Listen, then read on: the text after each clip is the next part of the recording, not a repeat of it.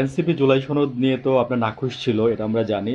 আহ, ওরা লাস্টে আপনার প্রেস ব্রিফিং করে জানাইছে, তার আগে আপনার জামাতের যারা তারা জানাইছে, বিএনপি জানিয়েছেন সালাউদ্দিন সাহেব। সবাই হচ্ছে যে মানে একরকম মেনে নেক বা না নেক, সেটা হচ্ছে যে মানে কিছুটা মানে আপত্তিকর অবস্থানের মধ্য দিয়ে সবাই মেনে নিচ্ছে সব কিছু। তো এনসিপি দুদিন যাবত কিছুই বলতেছিল না। ওরা আজকে আজকে বলল যেটা, তো সেটা হচ্ছে বলতেছে যে হাসনাত একবার বলছিল যে আপনার এই সরকারের যদি রাষ্ট্রপতি যদি সাইন করে তাহলে এই জুলাই সনদ আমরা অপবিত্র হয়ে যাবে।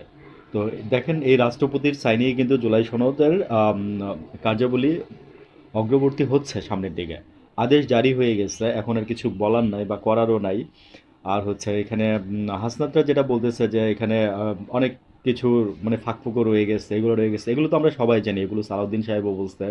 যেমন ইউনূস সাহেব ক খ গ এই ধারার মধ্যে দিয়ে আপনার ভোট ঢোকাই দিচ্ছে, হ্যাঁ। কয়ে গণভোট দিচ্ছে, ক্ষয়ে গণভোট দিচ্ছে। শুধু একটাতে মনে হয় গণভোট দেয় না, বাকিতে চারটার ক খ গ গহর মধ্যে মনে হয় গণভোট ঢুকাই দিচ্ছে উনি। তো এটা একটা ইন্টারেস্টিং ব্যাপার বাংলাদেশের রাজনৈতিক আমলে। আমি আসলে মানে এতটা ইন্টেলিজেন্টলি মোকাবেলা করতে আমি কাউকে সত্যি অনেস্টলি দেখি নাই, কোনো রাজনীতিবিদের মাথায় আমি দেখি নাই এই জিনিসগুলা। রাজনীতি নির্বাচন তো পিয়ার পদ্ধতিতে হচ্ছে, পিয়ার পদ্ধতিতে নির্বাচন হবে।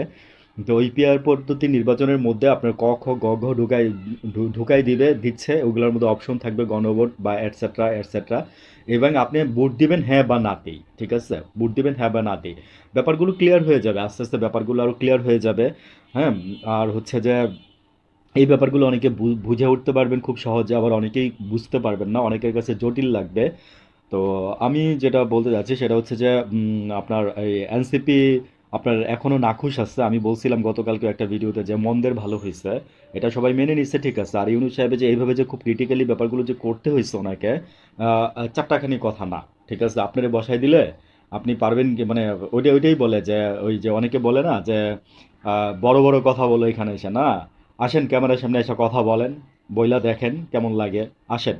তো এটাই বললাম যে ইউনূস সাহেব এখানে বসাই দিচ্ছেন না, বইলা বড় বড় কথা পিছন থেকে বলতেছেন না, যান ইউনূস সাহেবের জায়গায় গিয়ে বসেন, বৈশা দেখেন করেন কেমন লাগে, বুঝছেন। যে করে সেই জানে। তো আমি বলছিলাম যে খারাপ হয় নাই, ভালো হয়েছে সব কিছু, আল্লাহর রহমতে, এটাই আমি বলবো। এই জন্য মনে করেন যে আমার এখন আবার এখানে বলবেন যে তুই রাজাকারের বাচ্চা, বুঝছেন। গতকালকে আমার একজন বলতেছিল, হ্যাঁ, ডাকসুর নির্বাচনের যে ডাকসু মাদকমুক্ত ক্যাম্পাস হয়েছে, এটা বলাতে বলতেছিল সে রাজাকারের বাচ্চা, বুঝছেন। তো সে কোন জাতের বাচ্চা আপনারা বুঝে নিয়েন। তো এটাই আর কি ভাই, সবাই অনেক কথা বলবে, আমি মাইন্ড করি নাই। আর মাইন্ড করলেও তার অ্যান্সার দিয়ে দিচ্ছি, ভালো থাকবেন।